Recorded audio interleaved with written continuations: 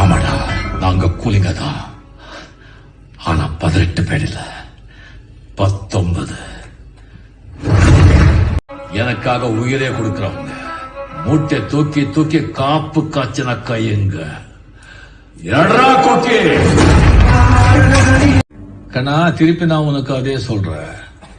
கூலிங்களுக்கு ஏதாவது ஒண்ணு ஆச்சின்னு சொன்னா உன்னை தேடி என்ன மெக்சிகோ வர வச்சிடாது. உன்னுடையதா இருக்கலாம், ஆனா அந்த துணி போட்ட கூலிங்க ஏஆளுங்க.